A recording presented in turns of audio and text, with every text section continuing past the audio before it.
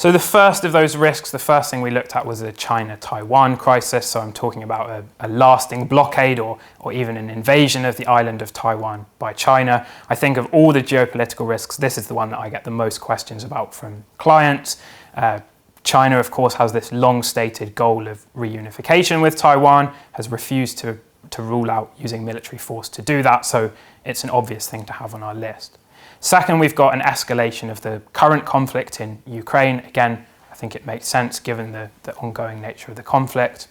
The third thing on our list is a severe cyber attack, so something more severe, more disruptive than even the worst cyber attacks that we've seen so far, most of which have had quite a limited effect on the global economy. I know this seems like perhaps a slightly esoteric thing to include, but I think it's really important. Actually, since the start of the Ukraine war, we've seen both the frequency and the sophistication of cyber attacks increasing, and states in particular developing cyber weapons. So this could be potentially linked to some of the other geopolitical risks on our list. Fourth, the final risk on the list, and the most topical one, is a direct military confrontation between Iran and Israel. Again, I would stress I'm talking about a direct confrontation between the two.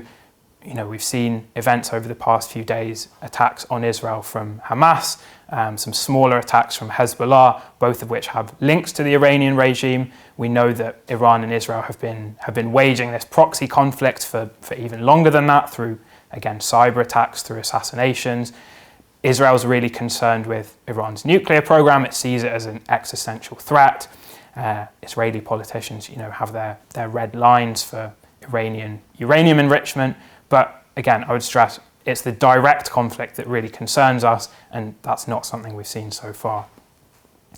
Maybe worth me saying a bit about how we got to this list of risks and how we think about that as well. So we use something called the Preventive Priorities Survey. That's an annual survey by the US Council on Foreign Relations think tank. So every year they ask hundreds of academics, of geopolitical experts, of government officials, what they think the biggest geopolitical threats are. They ask them, first of all, how likely they are, and second, what they think the potential impact might be. So we started by taking what they call tier 1 events, so the most likely and the most impactful, and filtering that list as our starting point.